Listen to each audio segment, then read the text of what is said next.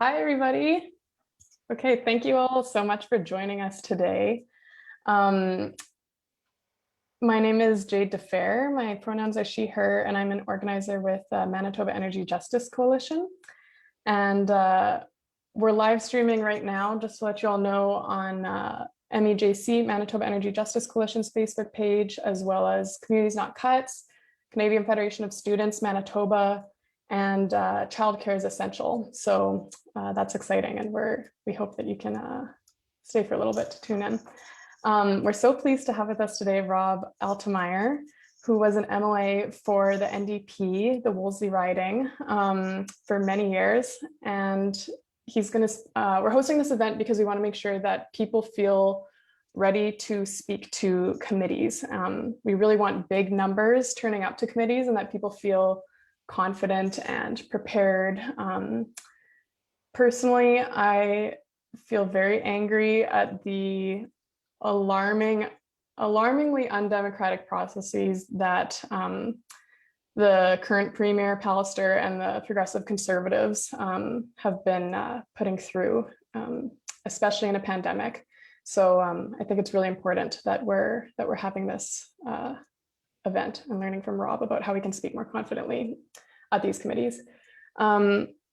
One important thing to just especially keep in mind with all of this is that if you ever see that there's a bill that you care about and you want to speak on, make sure to sign up in advance for the committees so that you can make yourself heard.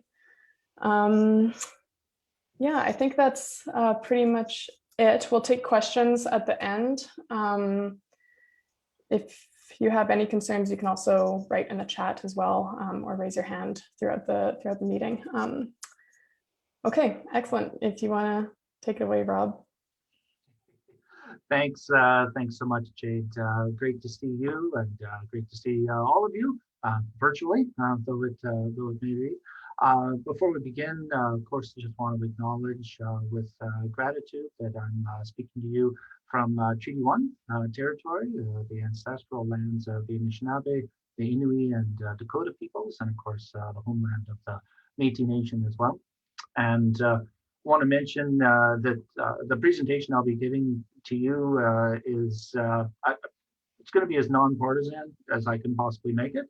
I, of course, share a lot, probably all of the concerns that we are having these days.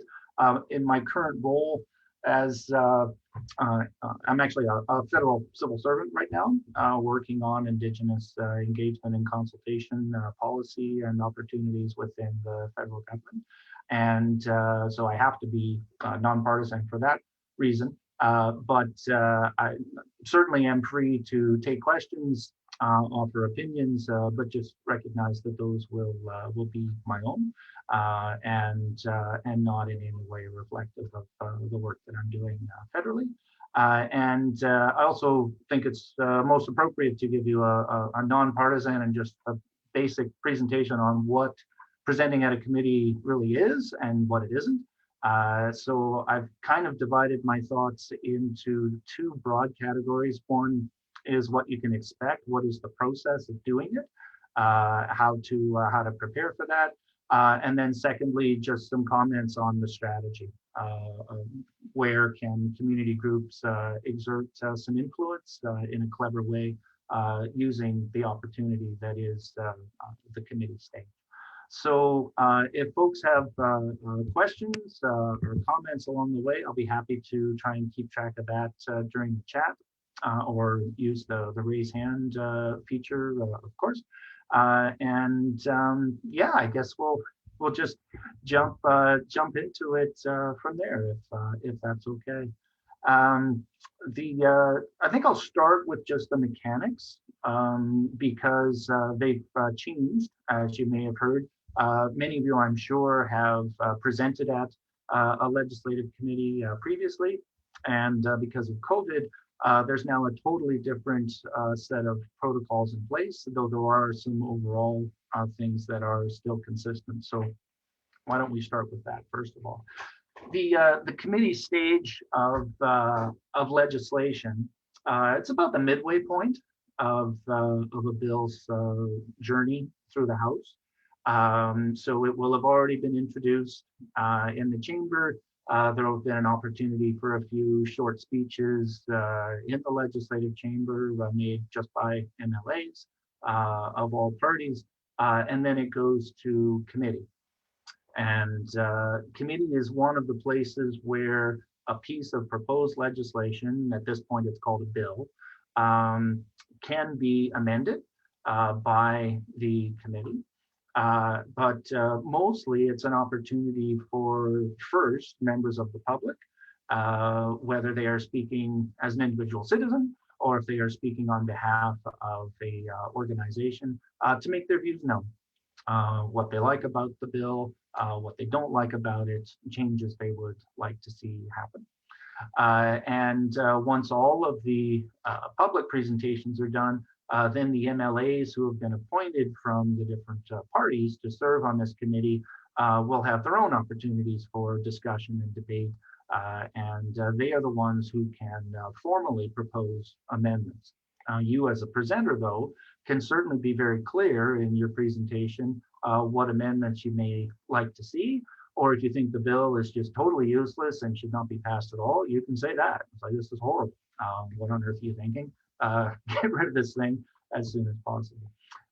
So the mechanics of how you participate as a citizen, and I don't know if this is still true, but when I was MLA, Manitoba was actually one of the few jurisdictions in the country which has this back and forth directly between citizens and elected officials at the committee stage. Usually in most provinces, there isn't that opportunity, but it's a long-standing history and practice in Manitoba. So I certainly encourage people to make the most of it. But the starting point is you have to register to be a presenter to the bill that you are interested in.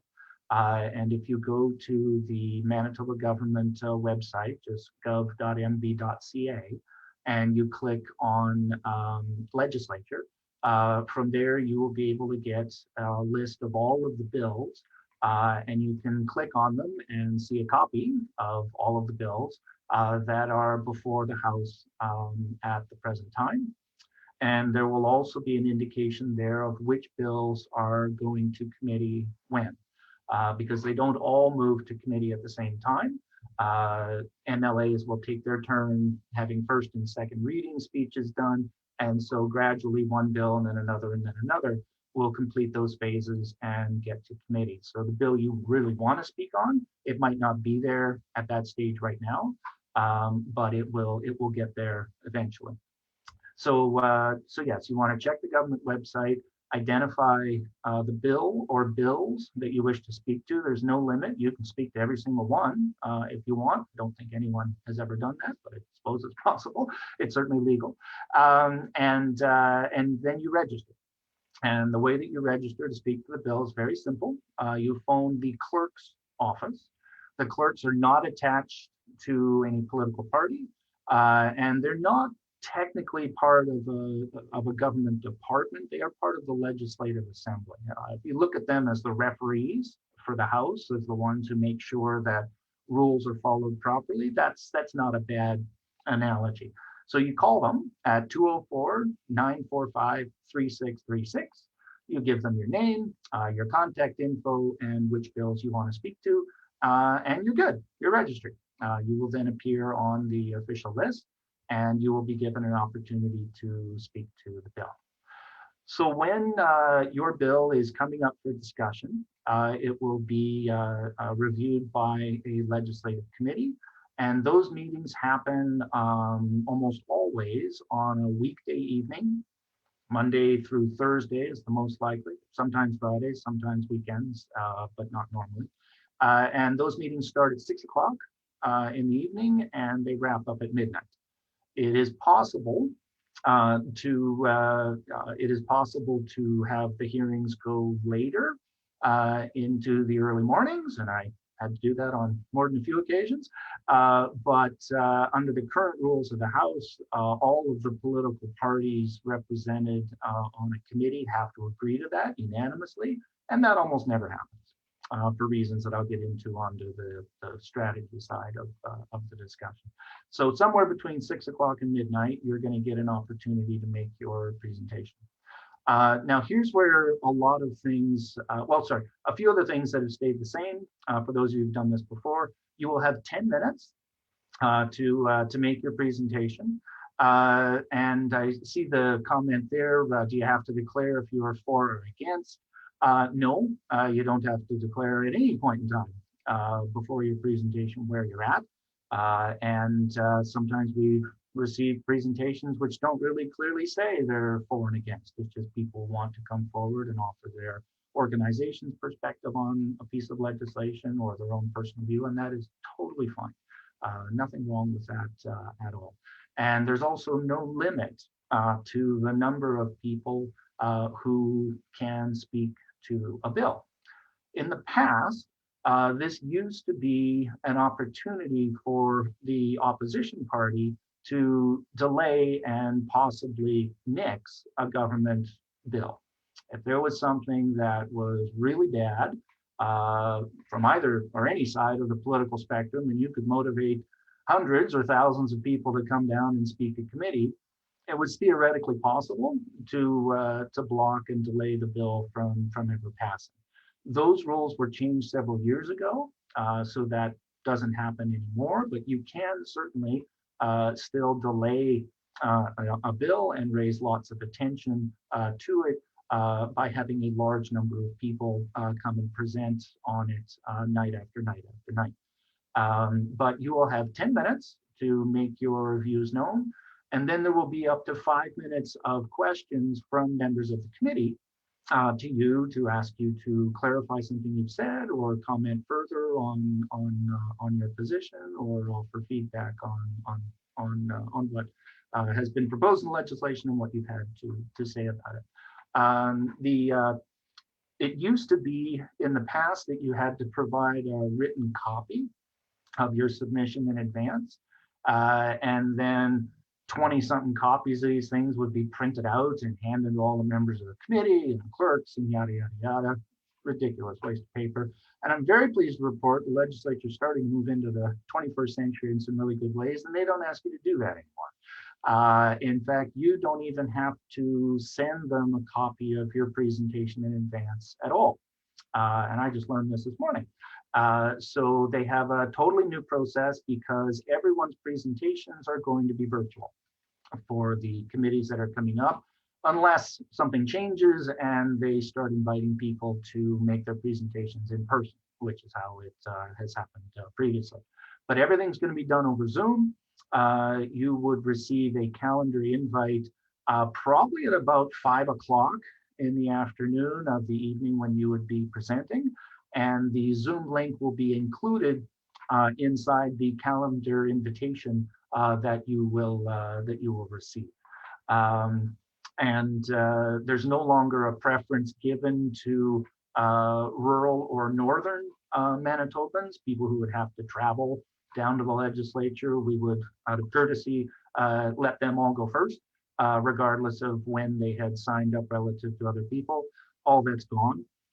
It's just first come, first served. So whoever signs up, they will just go through that order and have everyone speak in turn over Zoom. That way, the 10 minutes still applies, and the 5 minutes of question and answer afterwards still applies.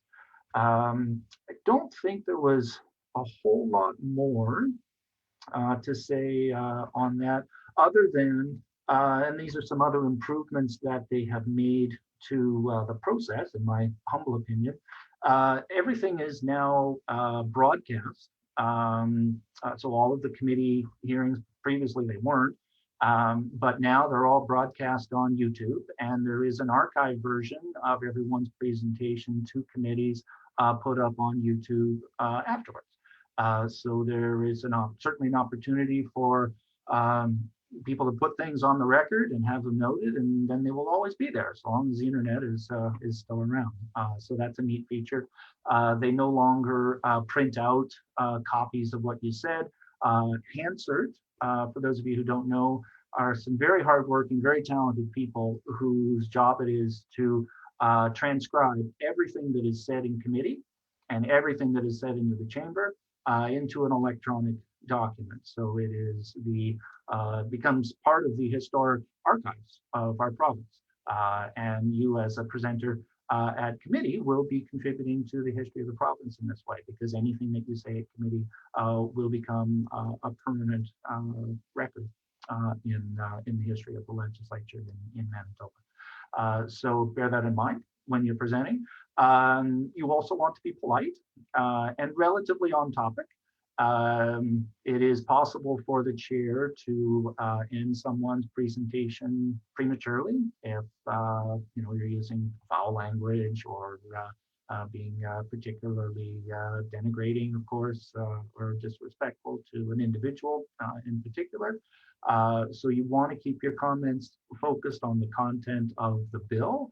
You can be very critical of the government or the opposition or what some piece of the bill, but you don't want to be personalizing it. You want to keep your language respectful, or you might get cut off early. And you don't have to,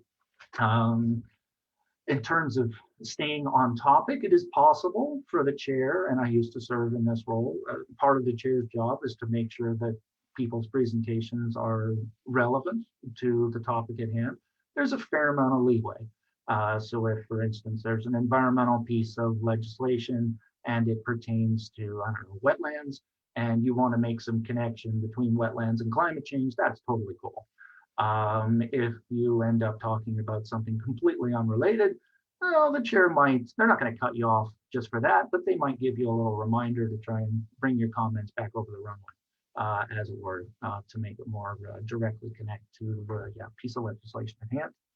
And in terms of timing, the legislature is on track to complete second reading of all of their proposed bills as of next Thursday. So that means that a little less than a week from today, every piece of proposed legislation is going to be heading to the committee stage. They have to get through the committee stage in a certain number of days, and then all of that will go back to the chamber for third reading and eventual passage.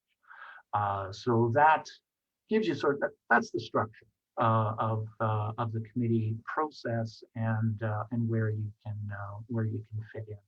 I'm just giving a quick scan here on the chats, and I think we've covered off oh good, someone listed the details of the information you'll need to provide to the clerk. That's really good. So that's all right there for you to look at. Notification of presentation varies in between 2 days, 5 days, and 10 days. It is a bit confusing, yes, and it's just the circumstances from the politician. This is a feature of government that is very rarely seen in the public, but the political parties actually get along on occasion. In fact, they have to on a wide variety of issues. And one of them is there are constant negotiations between what are called the House leaders. It's one person from each party. They sit down and they talk about, the government will say, we really want to get Bill XX to committee. And the opposition leader will say, yeah, well, we still want to kick out a little bit more. So what about something else? And so these conversations happen multiple times a day. And that means that sometimes there's a bit of a breakthrough and a whole bunch of legislation will suddenly go through the chamber and it's in the committee, and the clerks don't have any more advance notice of that than anyone else. And then members of the public who have registered to speak are left with a varying amount of time to get ready. So you can work on your presentation as of right now, and just know that you might not have a huge amount of days in advance before your time to present is coming up. So that's where that is. There's no standardized way to address the committee. I mean, in terms of formal greetings, you're not required to do any of that. You can approach that in your own style. You can thank them for giving you a chance to speak and launch right into it, and that would be pretty standard. And designated bills, yes, I'll get to that under the strategy section in a second. Does that mean the forum will happen before or after next Thursday? the forum. I'm not quite sure what you mean by forum, but all I meant to say is that all of the bills that are going to get to the committee stage for this sitting of the legislature will have to get through the legislative chamber by the end of business of next Thursday.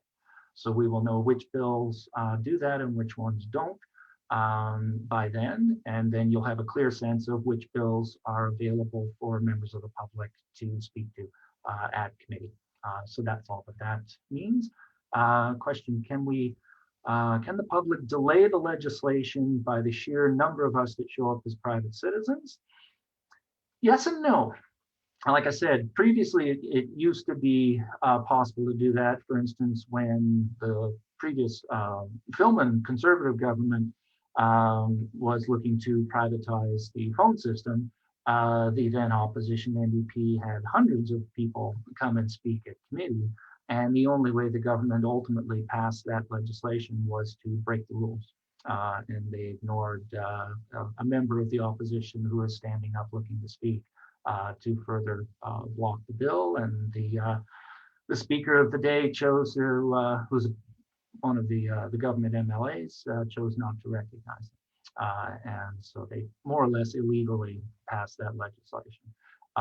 But that was back in that day. These days, like I said, you can't really anymore delay it completely, but you can create, you can make things very uncomfortable for the government of the day by having lots and lots of people show up to committee and keeping the MLAs there late at night and having them deal with the related media coverage that will come with it. And again, I'll touch on that stuff in the strategy session in a bit.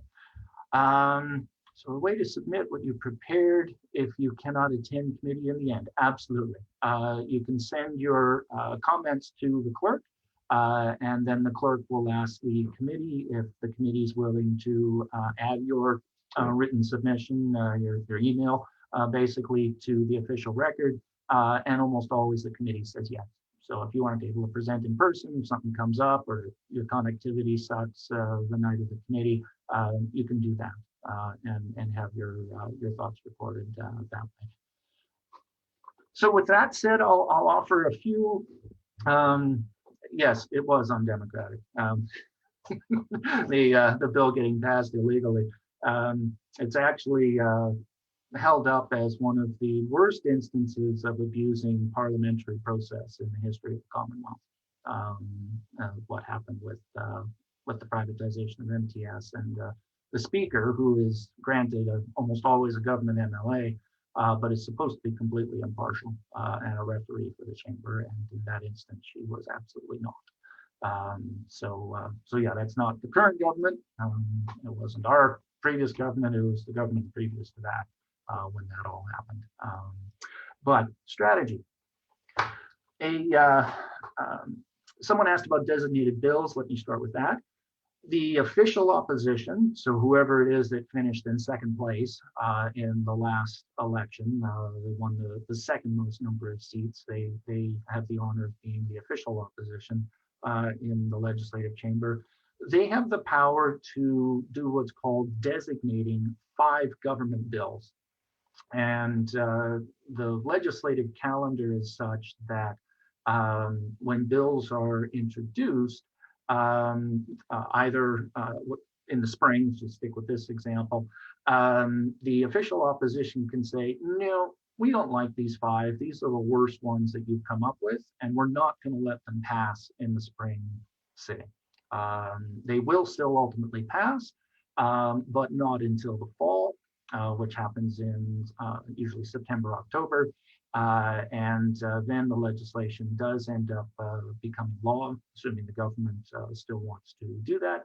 And then the next legislative session starts in November. So the legislative calendar starts in the late fall and then goes all the way until the early fall of the next year. The opposition can designate 5 bills and say, these 5 are really awful and we're not going to let them pass in the spring.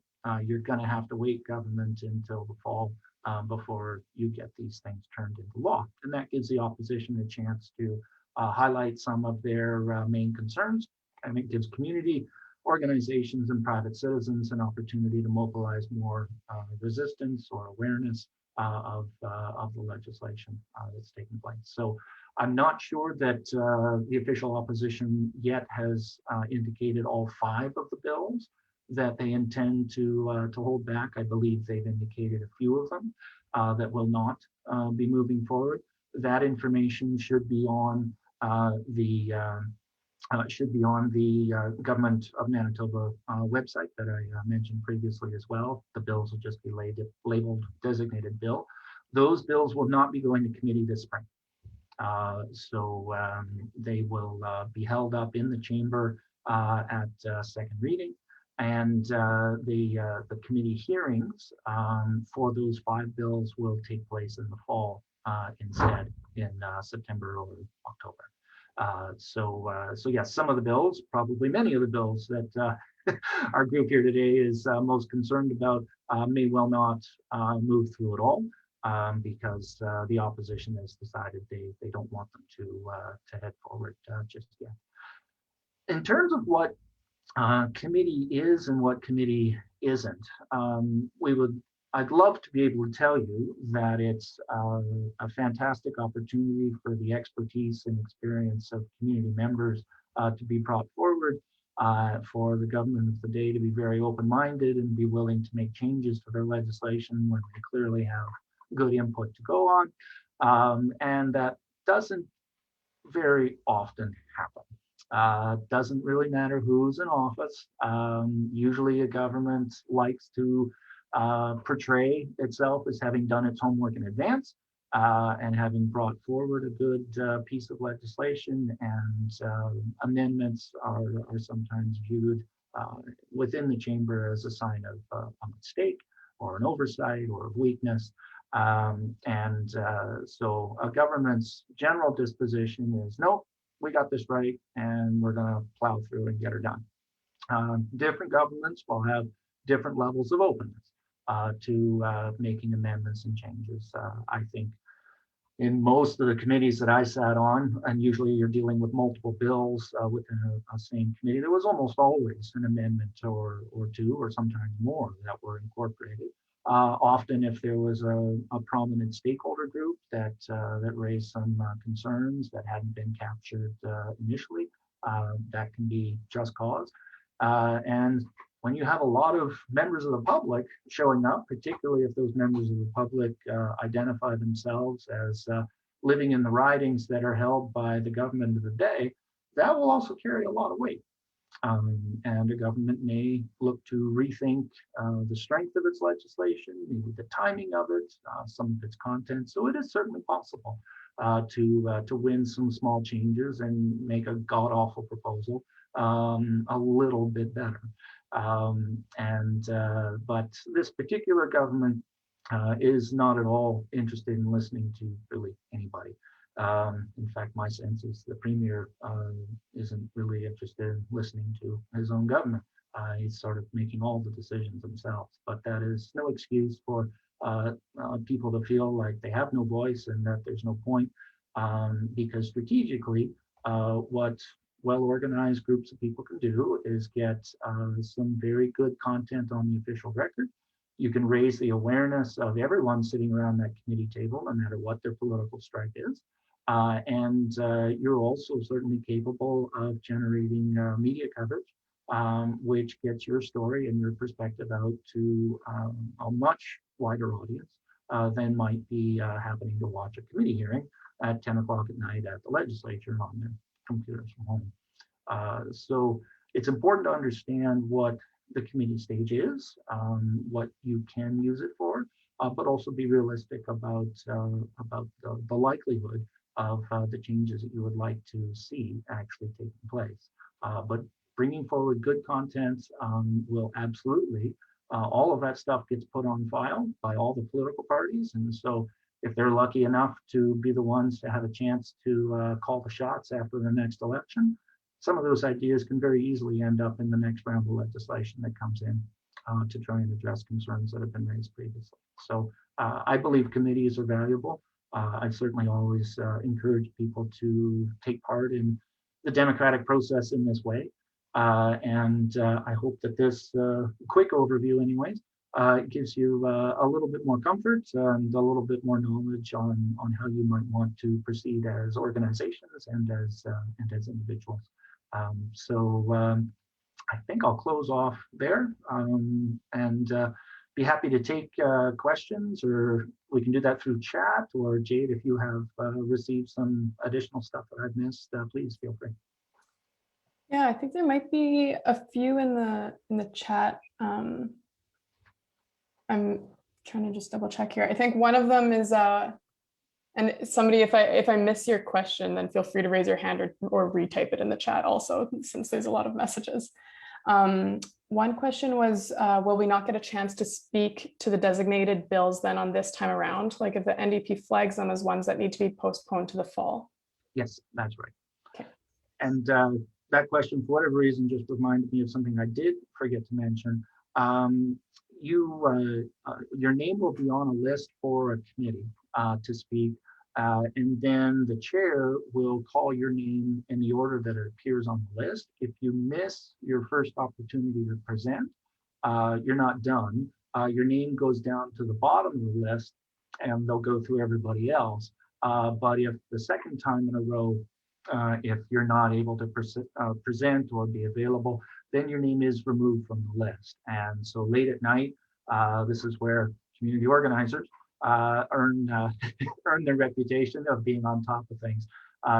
As organizers, you're going to want to make sure you have your people lined up to speak at the designated times, because that's one way a government can do what's called burning through the list at committee. Is if there's nobody in the room, or in this case, nobody online, all you have to do is call everybody's name twice and boom, the legislation's in and out of committee in no time. So that's another part of the process I should have mentioned initially. I'm sorry about that. Okay, great, thanks. Another question is, somebody said laws are not supposed to be passed if they will not withstand a charter challenge. I realize the bar as to what is considered charter proof is very low federally. Any idea of where it is at in Manitoba? Well, Manitoba doesn't have its own charter. The Charter of Rights and Freedoms and Constitution, the laws that are contained in there apply to all provinces and all territories and all citizens equally. So what would have to happen is for a piece of legislation to come out of a provincial legislature or a territorial legislature, for it to be passed into law by the government. And then, and only then, could the legitimacy of that legislation be challenged in the courts. And so you would need to work through a number of court cases before you would end up with an ultimate decision. Challenging a law is a very, very important feature in our society. There's no way that all of power should be held in the Premier's office or in just the government's office. It's really important to have an independent judiciary that can weigh in on these things, but it's not cheap and it's not quick. So you would usually start at a provincial level of court. There would be a ruling issued, and then both sides would have the right to appeal it to a higher level of court. And you can end up all the way on a charter issue. Almost certainly you'd end up at the Supreme Court if the Supreme Court was willing to hear the case. But there's nothing stopping someone from passing a truly atrocious piece of legislation and implementing it, and you can't challenge it or block it until it's actually on the books and part of the law. Another question that came in, I think this was around the time when you were talking about the limits of speaking to committees and the change that it can create. And so one person wrote in, that's right, this government is not listening. If that is the case, how would somebody waste their time to do any presentation for these bills? Can someone wasting time to do any presentation for these bills? Well, yes, the government is going to take a lot of flack for its legislative agenda on multiple fronts. And they probably deserve it, but recognize that if we don't have people come forward and offer different points of view for or against on a piece of legislation, if you're an elected official and you get like 2 people presenting at a committee on a particular piece of legislation, how are you going to interpret that? You're going to read into it that, yeah, this is pretty good. no one's pissed off at us, right? You don't get hundreds of people coming down to committee to say, you're doing great. It doesn't work that way, and we don't expect it to. So if there isn't any resistance at the committee stage or in the media or in the streets, or perhaps most importantly, in the swing ridings of the government of the day, because that's where the real power, as far as they're concerned, comes from. And again, doesn't matter who's in power. That's true for all governments. It's those swing ridings that really decide the outcome. If they aren't seeing any action and on any of those fronts, they will probably feel like they can come back to that same topic area and have an even more aggressive piece of legislation that they can bring forward. So apathy, as always, does have its downside, right? Another question is, I'll just keep going through the chat as they come in. Yeah, this is great. Okay, perfect. Somebody asked, how many evenings can a hearing on each bill last? As many as there are presenters. The committee is not allowed to move that bill forward until all of the public presentations have been heard. And so if like they'll sit from 6 in the evening till midnight, so that's 6 hours. And if each person uses up their full 10 minutes, and if the opposition uses up the 5 minutes of question and answer afterwards, and it's almost always the opposition members of the committee who will do that for precisely that purpose, then you're looking at only getting through 4 presenters per hour, which is a couple dozen people per night. You have 200 people sign up to speak to a bill, and they're actually there when their time shows up. You can do the math on how many evenings you can keep the government's feet to the fire at the committee stage. And then this next question, I'm not sure if I completely follow. And they said, I'm still confused about timelines. Will this evening presentations be before next Thursday? And what if we do sign up for a bill that then gets delayed? And somebody confirmed that they think the presentations won't happen until after next Thursday. Yes, if I'm reading that question the same way you are, I believe the government has just managed to get the first of its bills through the chamber, through second reading and on the committee stage. So there are now bills will start to come to committee more and more in the days ahead, depending on how much work they get done in the chamber during the day. But it's not like you have, like when the bill, if memory serves, and I could be wrong on this, so double check with the clerks. I believe there's a rule that says if the legislature passes a bill from second reading into the committee stage, the committee is not going to happen that same night. They have to give at least, I think, 24 or 48 hours notice to presenters that the committee stage is coming up. Here's your time. Here's the process to follow, that sort of thing. But as I mentioned earlier, each bill is going to get through second reading at different times on different dates, and you can't present to committee until that bill has actually made it to committee. But if the government is going to get a bill passed, all of this spring, all of those bills have to get through committee by this upcoming Thursday. So the MLAs will have some late nights next week, this coming week, doing their part, and then the public will have its say after that. Okay, perfect. That's good to know. Oh, and I think there was a second part to that question. I'm not sure if I got to it. Let me just scroll. Oh yeah, and what if we do sign up for a bill that then gets delayed? Ah, that was it. Right, thank you. Your name still stays on the list. The only way it comes off is if you don't show up to present, or if you phone the clerks and say, yeah, no, I'm cool, I don't want to do this anymore. You can have your name removed. But once you register, you're on there, and you will retain your spot in the order of presenters based on when you contacted the clerk to register. This is an interesting question from someone who said, can we effectively protest bad bills after they've passed?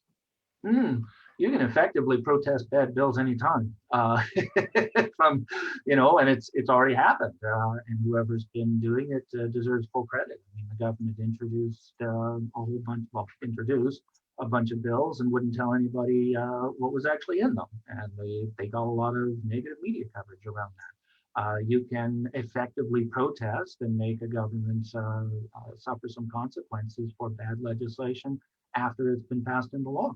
And that involves going out and doing community organizing amongst the constituencies that any government will need in order to retain power. If I manage to get, all 20,000 something residents of Wolseley, like Jade and her whole family and her whole block and our whole community to come down to the legislature and protest something that the government of the day had done in my last term as an opposition MLA. That might have got some headlines, probably not going to change Palliser's opinion any though, because people in Wolseley aren't going to vote for him anytime soon. Those people come from areas where he has MLAs right now, same as when we were in government, we had to pay very close attention to feedback we would get from the suburbs and those areas where you don't win elections by very much.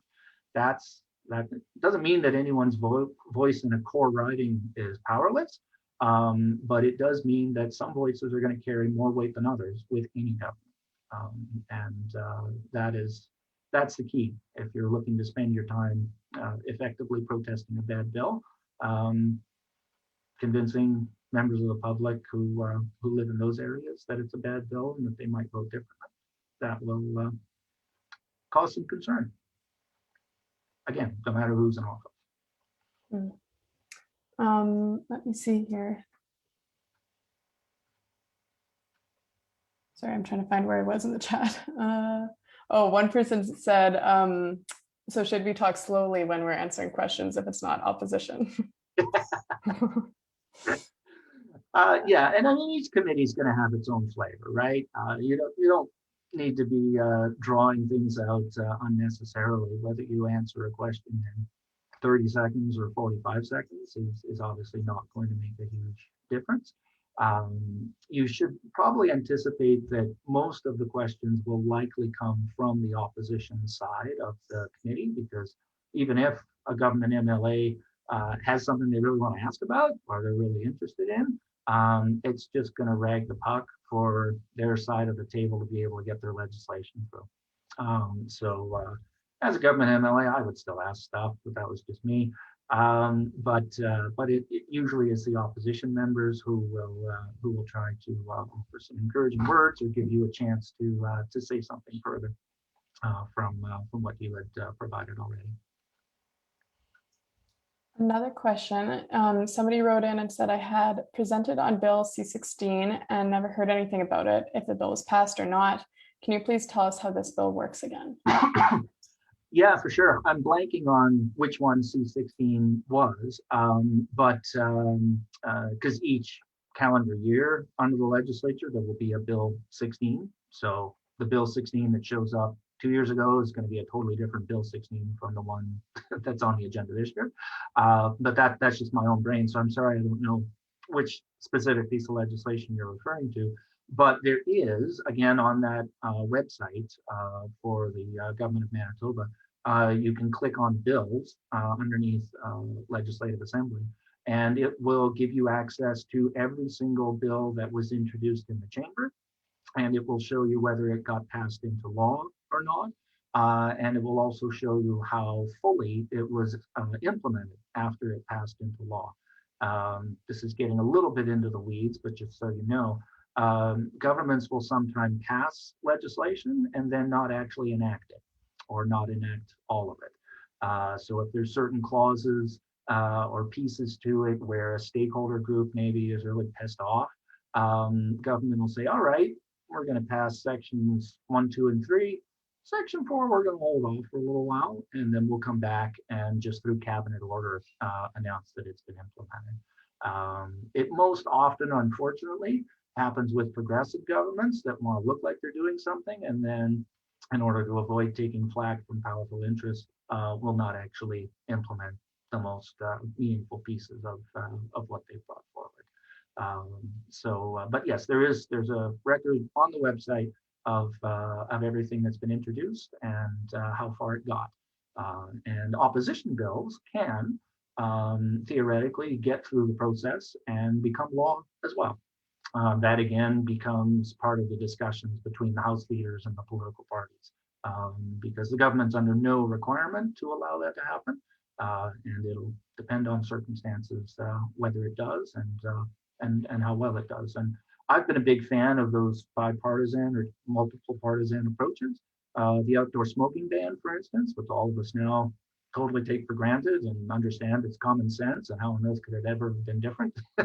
That was a piece of legislation brought forward by a then opposition conservative MLA named Denny Rocan from Carmen, and our government saw that it was a good piece of legislation, and we worked on it together and passed it. So some really good things can happen that way, but it depends on the dynamics and larger picture and how close you are to an election and all the rest of it. It goes into the sausage maker of government. The next question is, so with 50 plus bills and assuming hypothetically 100 presenters registered per bill, how will they handle the log jam? I've heard that the maximum evening per bill is 4. Maximum number of evenings per bill was 4. That's news to me. And again, the process has changed to accommodate virtual presentations. So I'm not sure how that would work if you have that many people wanting to speak. I'm not sure. That would be very different from how I experience committees. So yeah, double check that with the clerk's office when you register. Getting 100 presenters registered per bill almost never happens. If you had 20 people sign up to speak to a bill, that was pretty big in my time at the ledge. And unfortunately, I think it's just a symptom of, what a huge chasm there is that has opened up between corridors of power and the people who are impacted by the decisions that are made there. So if you get 100 people to come out to a bill, that's exceptional. And unfortunately, I can almost guarantee there will not be 100 presenters speaking to all 50 bills this time around. But the more that you can get there, yes, the more it does create a log jam and can potentially force the government to blink and give up some concession of some sort. Okay, so the next question, is there any idea of a historical record for the number of presenters who speak on a single bill in the past? AKA, is there a rough number of presenters that would really rock the boat? I mean, I guess you said around 20-ish in your time, or? Well, yeah, I mean, 20-ish would be a significant number of presenters, not overwhelming, and based on 4 presenters per hour, you could get through that in an evening. But for MTS, I don't know if the privatization of MTS, if that legislation still holds the record, but it's got to be up there. And there were hundreds of people who presented to that piece of legislation at the committee stage. So anything over 100 is impressive and going to probably generate some media coverage, I would think. If you can get beyond that, then that's really quite exceptional. That would be really great. Another question is, how will we know if a bill that we want to speak to will be a designated bill, like if it'll be delayed till the fall? Yeah, a couple of ways you'll hear about that. One would be just in the media. Quite often the bills that the opposition picks are pretty high profile. So there might be some media stories about that. But again, the clerk's office has all that info, as does the government website showing the list of all the bills. So anything that's been designated, it'll say right next to it, designated. and that means that it's not going to go to committee until September, October, whenever the House comes back. Okay, perfect.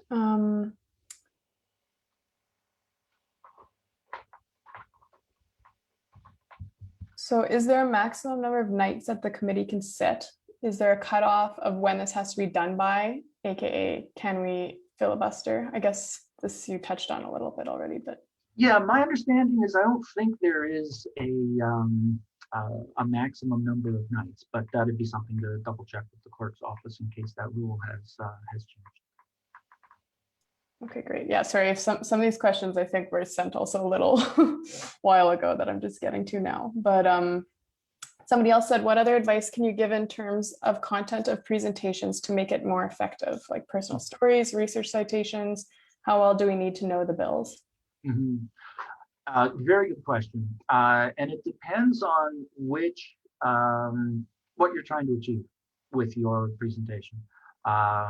If you are like a sort of at a basic level, if you are presenting as a concerned citizen on an issue and you want to take up your spot and have your voice heard, and beyond that, you're happy, that's great. There's nothing wrong with that at all.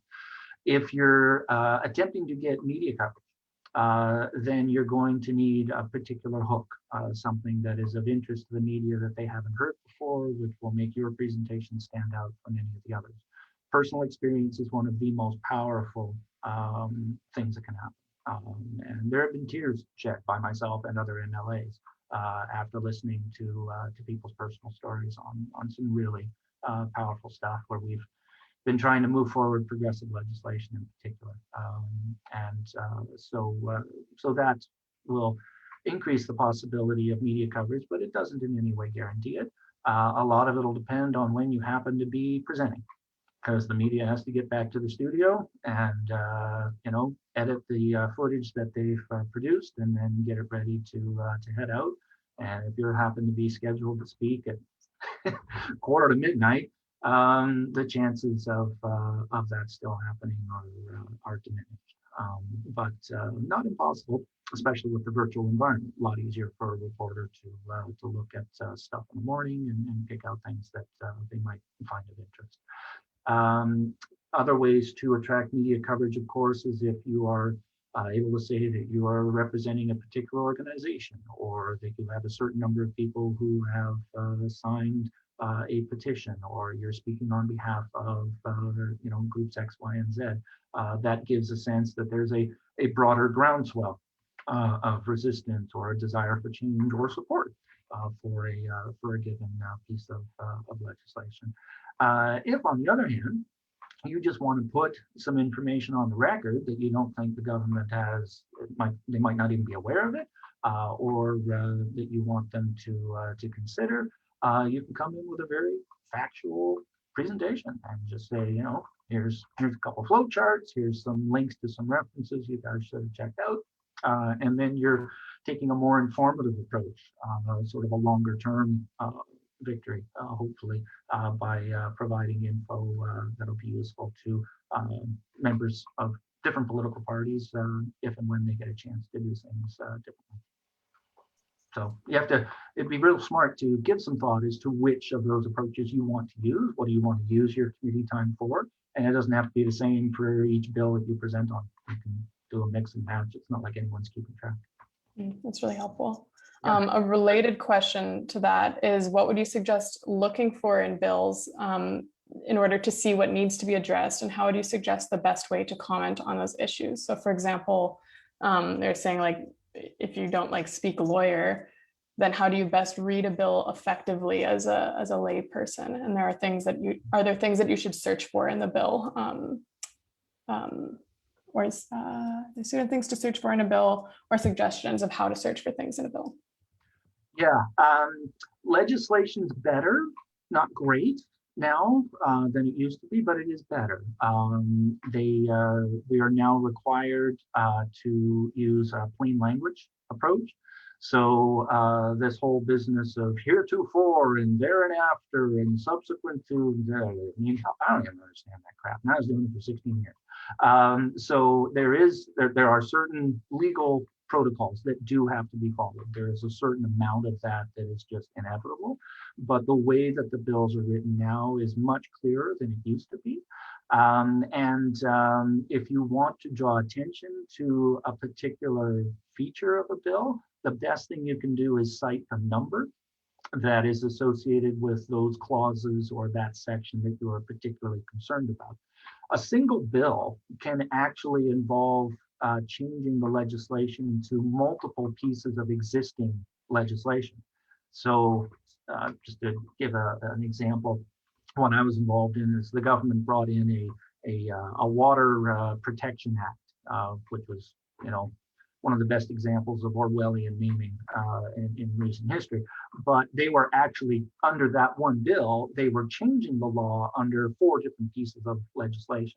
So there might be 3 of them where you're like, I don't know anything about that, but this one right here, I am really concerned about that. So you just tell the committee, my presentation today will focus on this section or these sections of what is proposed. Here's what I don't like about this, this, and this. And if you want, here's suggested changes. Get rid of it all together. Why don't you give us more time? Why don't you weaken this, strengthen that?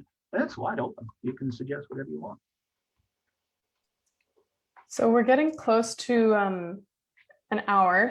We've got 2 more questions left, if that's okay, Rob, to ask those last 2 questions. Okay, perfect. So very good use of my lunch hour. So okay, great. Yeah, this has been so helpful. Some people have been writing about how this has been super helpful. So one person said, is speaking to the process rather than the substance of the bills, like the 19 mystery bills, in order at the standing committee hearings. Absolutely. Yeah, no problem with that at all. Okay, awesome.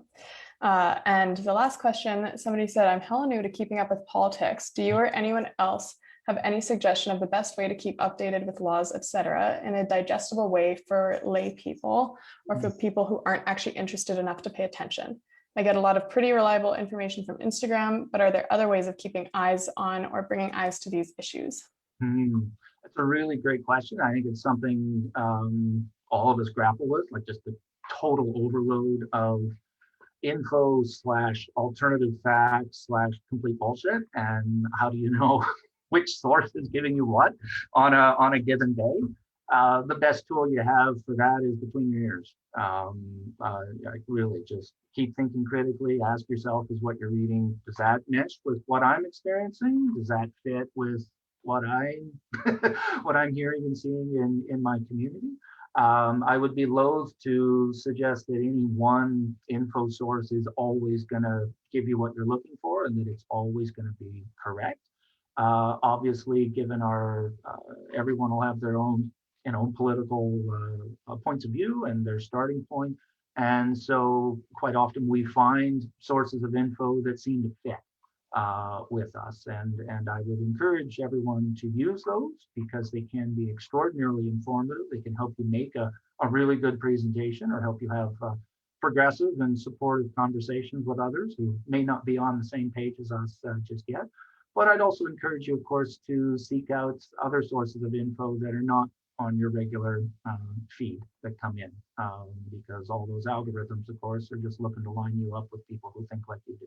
And that can be a problem no matter which part of the political spectrum we're on. Personally, I have found the Canadian Centre for Policy Alternatives to be fantastic. A really wide range of topics addressed by their resources and great links to community organizations and lots of different types of publications too.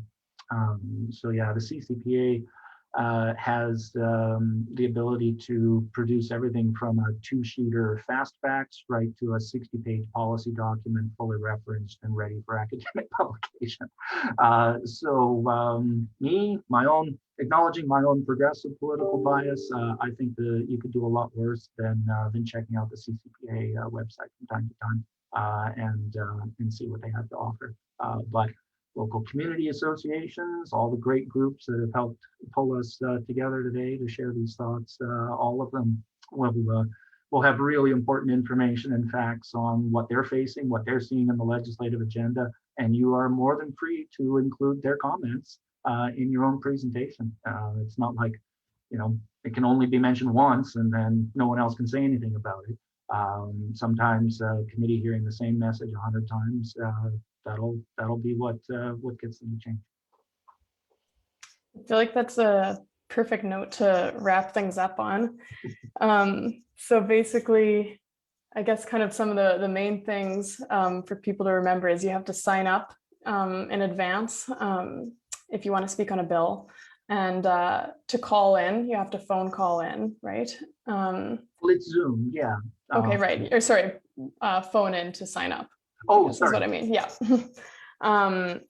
And the clerk's office phone number is 204-945-3636. And as Rob was saying, like talk also to your friends and family, since not everybody is informed about what's going on. Oh, somebody also wrote, good point, to get more informed and make an impact, get involved in community organizing. Yeah, so thank you so much, Rob. This feels so helpful. I feel like it's a very I've found it to be a very intimidating process, and sometimes just that alone makes me not want to sign up for things. And this feels so much, yeah, very helpful and demystifying. And there's all kinds of thank yous coming in as well in the chat about how helpful this has been. So I hope you all have a great day, and thank you again, Rob. My sincere pleasure, everybody. And I mean, thank you for engaging in this stuff. It is really, really important. And if ever a similar conversation like this or on some other topic related to how to influence government would be useful, please just give me a call. So long as we can all understand that I'm not really able to do a whole lot of overt politics these days as a federal civil servant. I am certainly always honored to help people better understand the process and understand the role that they can play in influencing things as they see fit. So that would be my pleasure. And thanks again for joining us today. Amazing.